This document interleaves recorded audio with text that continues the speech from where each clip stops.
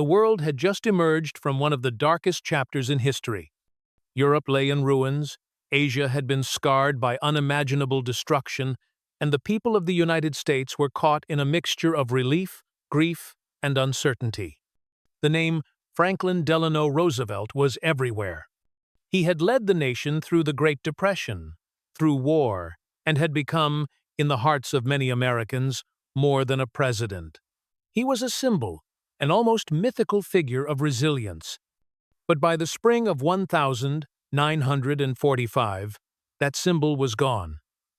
Roosevelt had passed, leaving behind a nation stunned, a world trembling on the edge of victory and devastation, and a vice president who suddenly found himself thrust into the most consequential position in the free world, Harry S. Truman. Truman had been vice president for only a matter of weeks.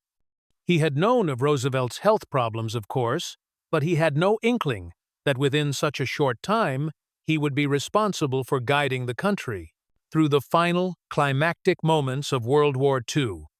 And yet, even before he could find his footing in the Oval Office, he made a decision so unusual, so shocking, that historians are still debating its full meaning today. For 6 months, Truman issued an order. The name of Franklin Delano Roosevelt was not to be spoken in any official setting. Cabinet meetings, public addresses, internal communications, FDR's name was to be avoided entirely. Imagine the tension in that room. Truman, a man now standing alone at the helm of the nation, surrounded by officials who had been loyal to Roosevelt for decades, choosing to silence the very name that had defined modern America for more than a decade. What could have driven him to take such a drastic step? Was it a show of respect, a political maneuver, or something far more personal, a reflection of the complex, sometimes contradictory nature of Truman's relationship with his predecessor? The story begins in the weeks before Roosevelt's death, when Truman was still largely in the shadows of the presidency. He had been kept at arm's length, often left out of crucial war planning, and in many ways he felt like an outsider in a world of seasoned policymakers and longtime advisors. He had been thrust into the role of vice president with little warning, at a time when global events were reaching a fever pitch. Roosevelt, confident and charismatic, had dominated the stage. His name carried authority, his presence commanded loyalty, and Truman, by comparison, was virtually unknown.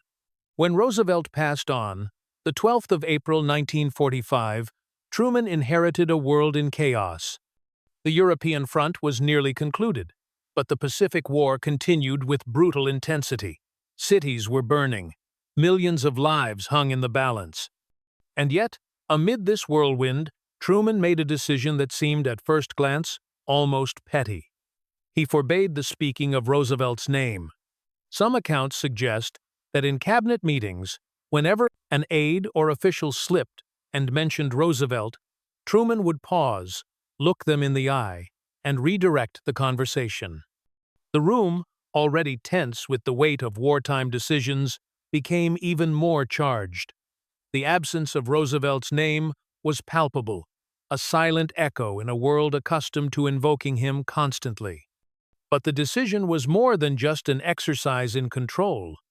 There were layers of complexity to Truman's choice, layers that reflected both his understanding of leadership and his deep anxiety about stepping into a role so momentous, so historically significant.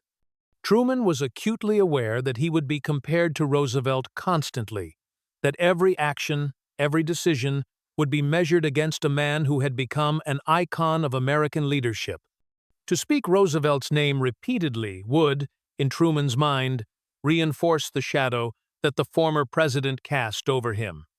To avoid it entirely was a way to assert independence, to establish authority, and to begin crafting his own legacy in a time of global uncertainty. Behind closed doors, Truman wrestled with his sense of inadequacy. He had never aspired to be president. He had a humble background, a modest demeanor, and a straightforward way of speaking. Roosevelt had been a master of public relations, a man who could inspire millions with a single speech. Truman knew that he lacked Roosevelt's charisma, and he feared that constant comparisons would undermine his ability to lead. By keeping the name unsaid, he was, in a sense, trying to create a psychological buffer, not just for himself, but for the government and the nation at large. And yet, there was also a personal dimension to the story.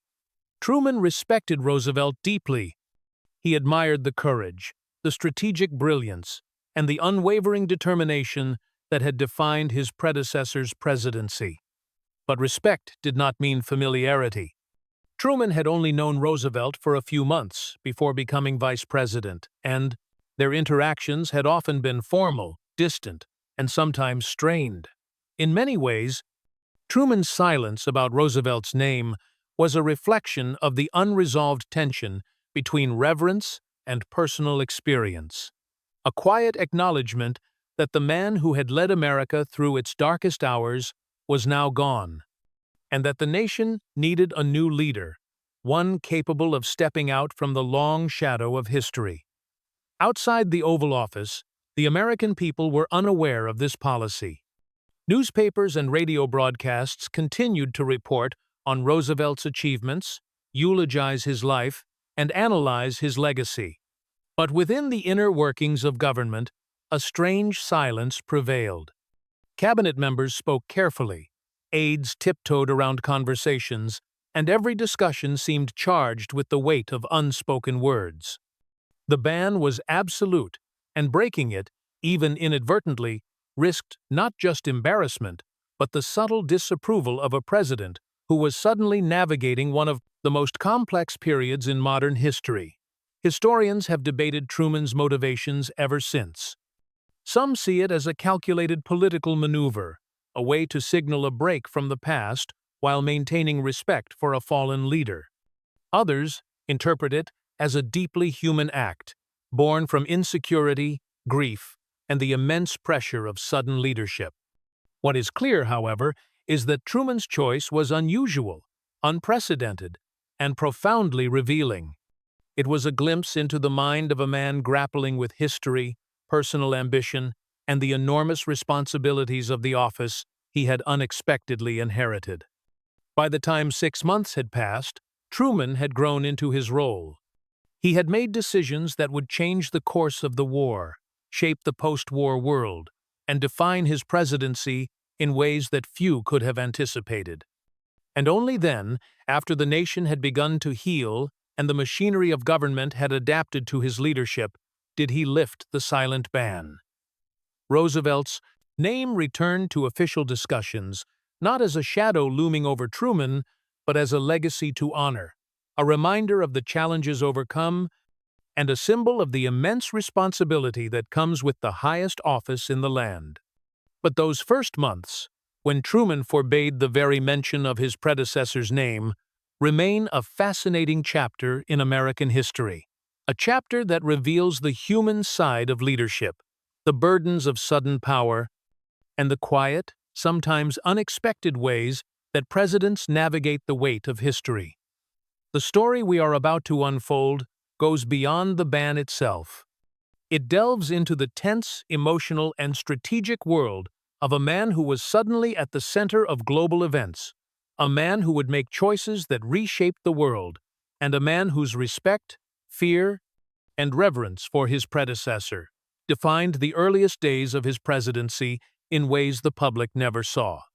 And so, we begin a journey into the inner workings of the Truman White House, a journey that uncovers secret meetings, hidden tensions, and the extraordinary circumstances that led a newly inaugurated president to forbid the mere utterance of the name Franklin Delano Roosevelt for half a year. The Oval Office in those early months of Truman's presidency was unlike anything the world had seen.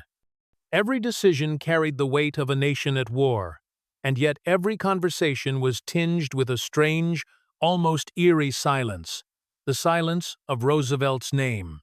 Cabinet members who had once openly praised and debated policy with FDR now treaded carefully.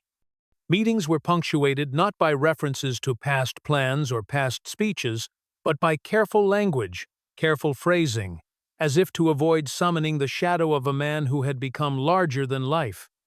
It was not a mere formality. For Truman, the absence of Roosevelt's name was a constant reminder that he was no longer the vice president, no longer a secondary figure quietly observing the corridors of power. He was president, and the nation's fate rested on his shoulders. Every choice, every command, every telegram sent across the globe was a test not just of leadership, but of character. He had to prove to himself, to the cabinet, and to the world that he could stand on his own, that he could navigate the storm of war without the presence of the man who had guided the country for over a decade. Yet, Truman was not trying to erase Roosevelt. That was never his intention. He revered the late president, admired his courage, and understood the brilliance of his strategy. But the reality of leadership, Truman knew, was that reverence could not substitute for action. The world was not waiting for sentiment, it demanded results. Japan was still at war. The atomic bomb project was nearing completion. Millions of lives hung in the balance, and Roosevelt, though legendary, was gone. Truman had to step forward, unflinchingly. The policy of silence extended to the most unexpected corners of government. Memoirs, letters, and internal communications were scrubbed of references to Roosevelt. Intelligence briefings were phrased with careful neutrality. Senior aides, many of whom had served Roosevelt for years, found themselves in an unusual position, honoring a legacy by not mentioning it at all. It was a paradox, a tension that could have broken less disciplined men. But Truman saw it differently. He saw it as a necessary boundary, a way to compartmentalize grief, admiration, and responsibility into manageable, actionable decisions. Even within the cabinet, tensions simmered. Secretary of State Edward Stettinius and Secretary of War Henry Stimson were seasoned officials, accustomed to following Roosevelt's lead. Now, faced with a young president they barely knew, they had to adjust not only to Truman's leadership style, but to this peculiar directive. They could not, for 6 months, reference the man who had defined their careers and shaped the policies they were implementing. The challenge was both political and personal. How do you honor a predecessor without speaking his name? How do you learn from his successes while stepping out from his shadow? Truman's answer was radical silence. And yet, the absence of Roosevelt's name did not erase the influence of his decisions. Every strategic plan, every wartime directive, bore his fingerprints. The decisions to prioritize the defeat of Germany, to push the Manhattan Project forward, to coordinate with Allied leaders, all were built upon frameworks Roosevelt had set in motion. Truman had to navigate this delicate balance, follow the path laid out before him while asserting that it was now his hand guiding the nation. The challenge was immense. One misstep could be interpreted as disrespect, weakness, or incompetence. Inside the White House, stories circulated that revealed just how personal this policy became.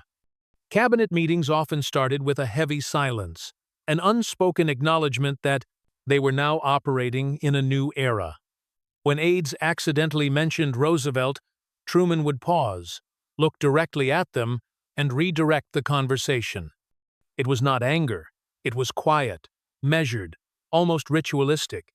The effect was profound. Everyone in the room became hyper-aware, alert to the nuances of speech, conscious of the immense responsibility that had suddenly fallen on Truman's shoulders. The psychological effect on Truman himself was just as significant. He had been a senator from Missouri, a man of modest ambitions, suddenly catapulted into the most powerful position in the world. By forbidding the mention of Roosevelt's name, he created a psychological boundary, a space in which he could grow into his role without constant comparisons to a larger-than-life figure. In private, he would study Roosevelt's strategies, read his correspondence, and try to absorb lessons from his leadership. But in public, in the daily grind of governing, the silence was deliberate.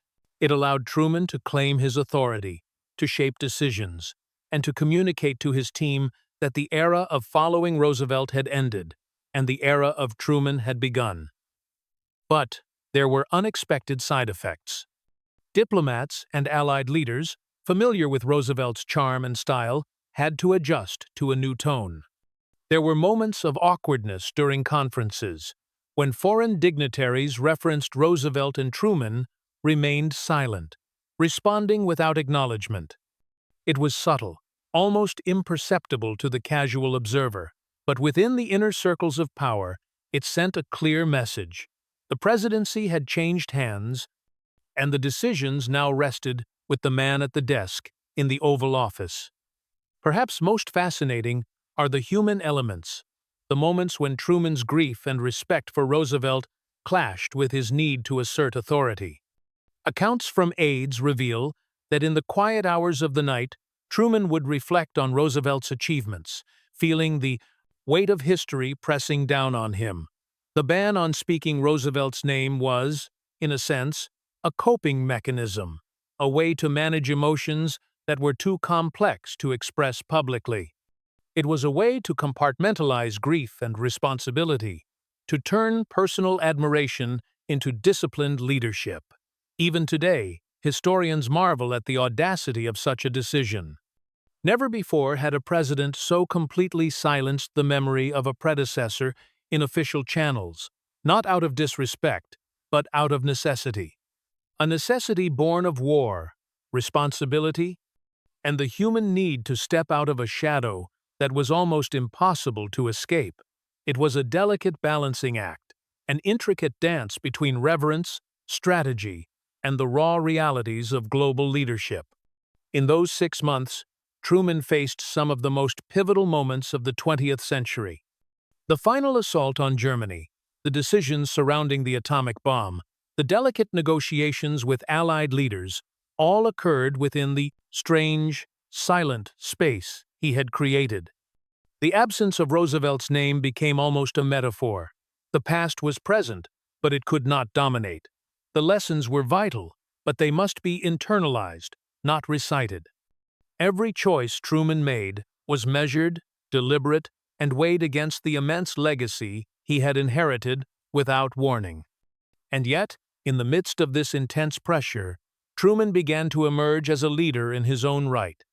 He gained confidence, sharpened his instincts, and proved capable of making decisions that few could have imagined a newly inaugurated vice president would ever face. The silence surrounding Roosevelt's name was not just a temporary restriction. It became a crucible, a test of character that would forge Truman into the man who could carry the weight of history on his shoulders. As the months passed, the country began to stabilize. Japan was defeated, the war ended, and Truman had begun to assert his authority not just domestically, but on the global stage. Only then, after 6 months of intense personal and political growth, did he lift the ban. Roosevelt's name returned to official conversations, but by then, it was no longer a shadow looming over Truman. It was a legacy to honor, a history to remember, and a symbol of the enormous responsibility the presidency entails. What had begun as a radical, almost controversial decision had transformed into a profound statement about leadership, courage, and the human capacity to navigate immense pressure. Truman's silence had been deliberate, necessary, and ultimately transformative, not just for him, but for the nation and the course of history itself. By the time Truman reached the 6-month mark of his presidency, the weight of the world had not lessened, it had intensified. The Pacific War was raging, the atomic bomb project was nearing its historic climax, and the eyes of the world were on the young president, who had stepped into office almost unprepared.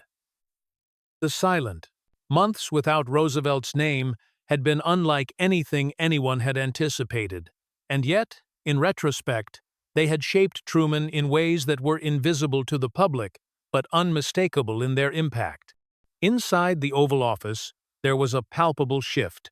Truman had grown more confident, more assertive, and more deliberate in his decisions. The silence surrounding Roosevelt had forced him to rely on his judgment, his instincts, and his ability to assess situations without defaulting to the precedents set by his predecessor. Every memo, every briefing, every diplomatic conversation became a test that Truman passed with increasing assurance. He had moved from a man living in the shadow of history to a president actively shaping it. The lifting of the ban was symbolic, almost ceremonial in its subtlety.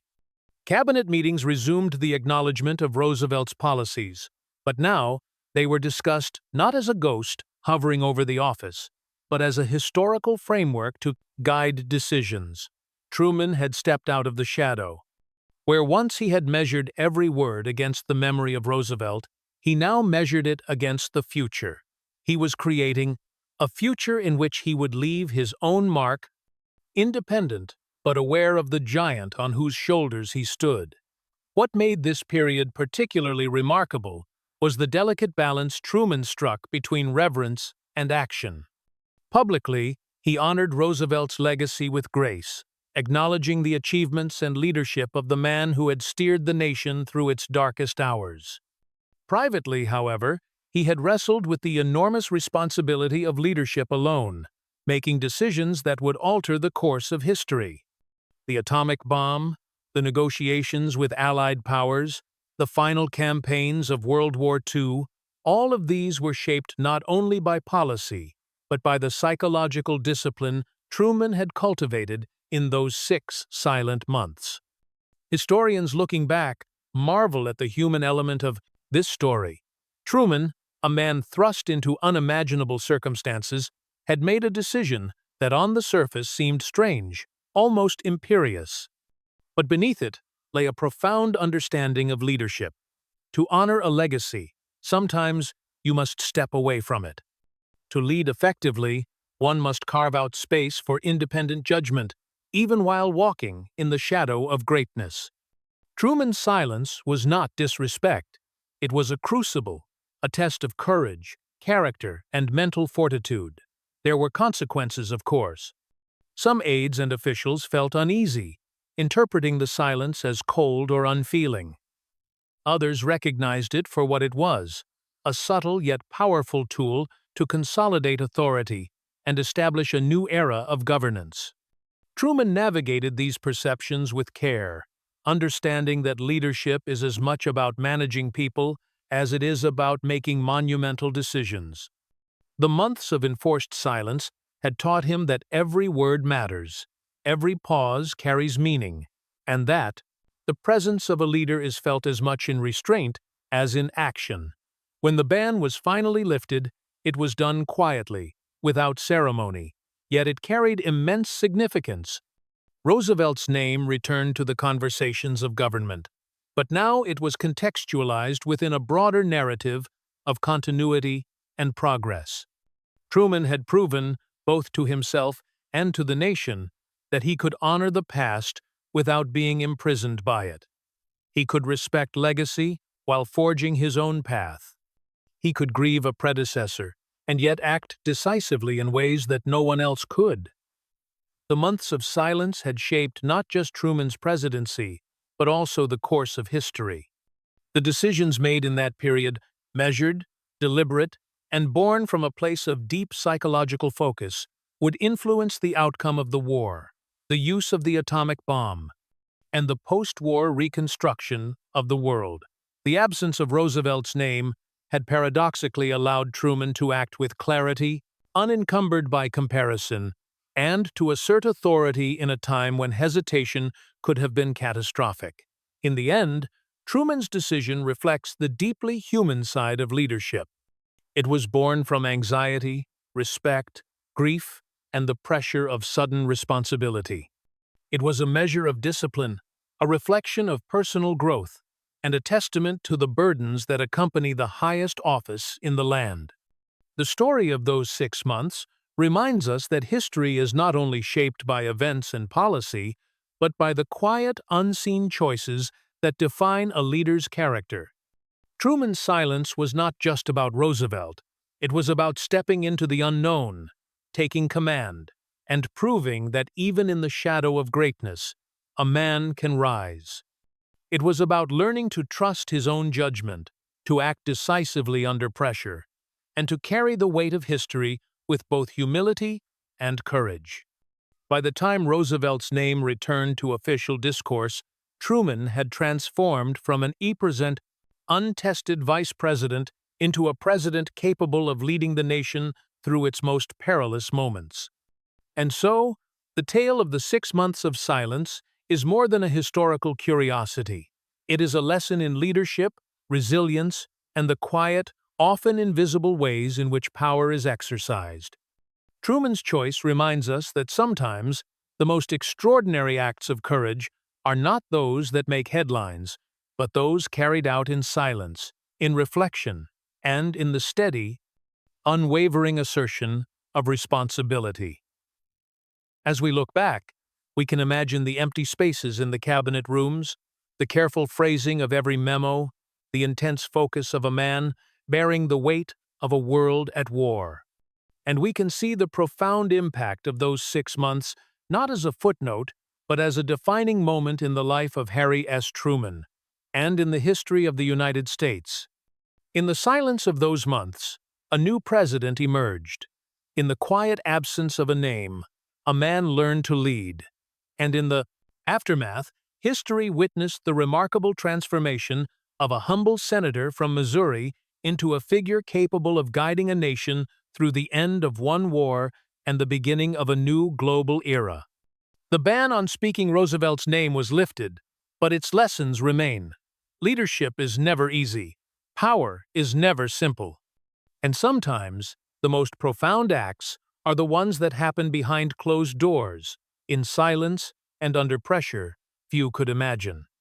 Truman's 6 months of restraint were a testament not only to his respect for the past, but to his vision for the future and the extraordinary human capacity to rise, even in the shadow of greatness.